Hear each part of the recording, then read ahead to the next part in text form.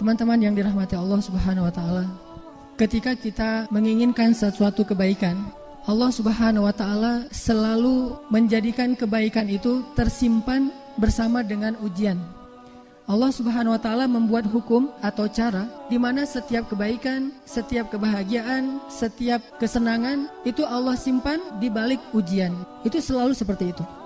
Tidak ada satupun kebaikan yang Allah berikan tanpa Allah berikan sedikit ujian sebelum mendapatkan kebaikan itu. Itu enggak ada.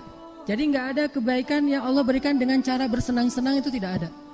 Dengan cara foya-foya, dengan cara have fun, dengan cara free, dengan cara tanpa ada jerih payah dan usaha, Allah tidak berikan kebaikan dengan cara itu. Kenapa?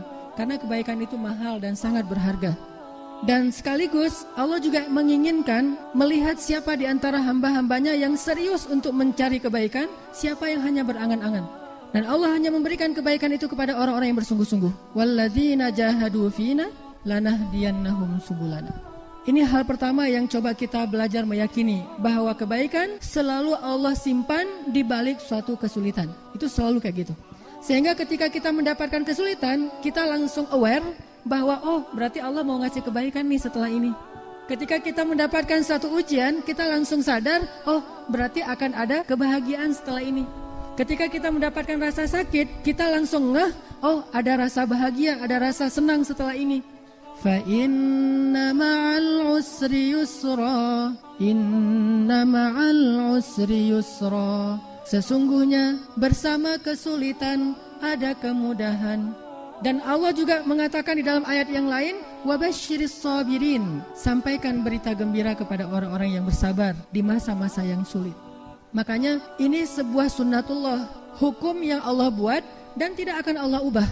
Kalau kita ada istilahnya hukum alam ya, kalau kita ngelemparin sesuatu yang punya massa gitu, dia pasti akan jatuh ke bumi karena ada gaya gravitasi. Maka kita yakin ketika kita melempari batu, ini batu pasti akan jatuh ke tanah. Gak mungkin batu itu ngapung di tengah udara gitu. Jadi kita yakin banget kalau kita ngelemparin batu, batunya bakalan jatuh ke tanah kan ya. Harusnya seyakin itulah kita bahwa di balik kesulitan pasti ada kemudahan. Kenapa? Karena sama-sama sunnatullah. Batu dilempar ke atas jatuh ke bawah itu sunnatullah. Bersama kesulitan ada kemudahan juga sunnatullah. Masalahnya kenapa kita yakinnya berubah?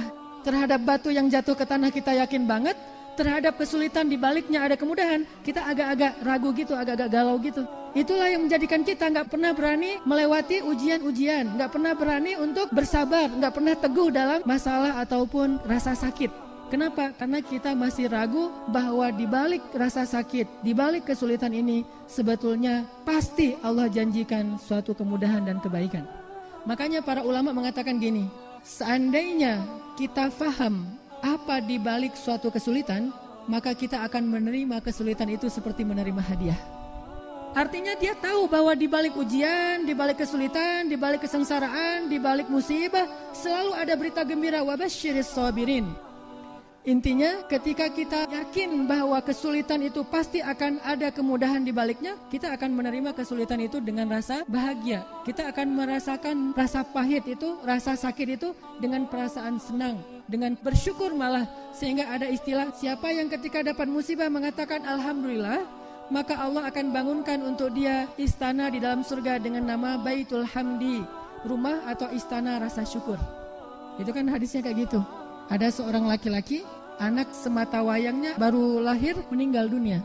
Lalu Allah bertanya kepada malaikat, wahai malaikat, siapa yang meninggal? Seorang bayi ya Allah, kata malaikat, dan Allah lebih tahu jawabannya.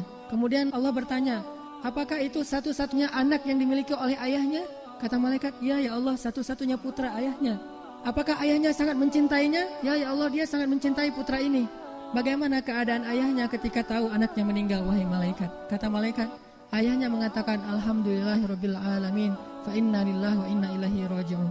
Wahai malaikat, benarkah dia mengatakan demikian? Benar ya Allah. Wahai malaikat, saksikanlah, sesungguhnya aku sediakan untuk dia istana di dalam surga dengan nama Baitul Hamdi, istana rasa syukur. Kok bisa? Karena dia tahu betul di balik musibah itu pasti ada kebaikan-kebaikan yang Allah ingin berikan. Jadi dia bukan mensyukuri musibah, mensyukuri nikmat yang datangnya setelah musibah walaupun belum dia dapatkan. Ini saking yakinnya nih. Makanya untuk mensyukuri kebaikan yang ada di balik ujian, dia bilang lebih dulu alhamdulillah, baru innalillahi wa inna ilaihi raji'un.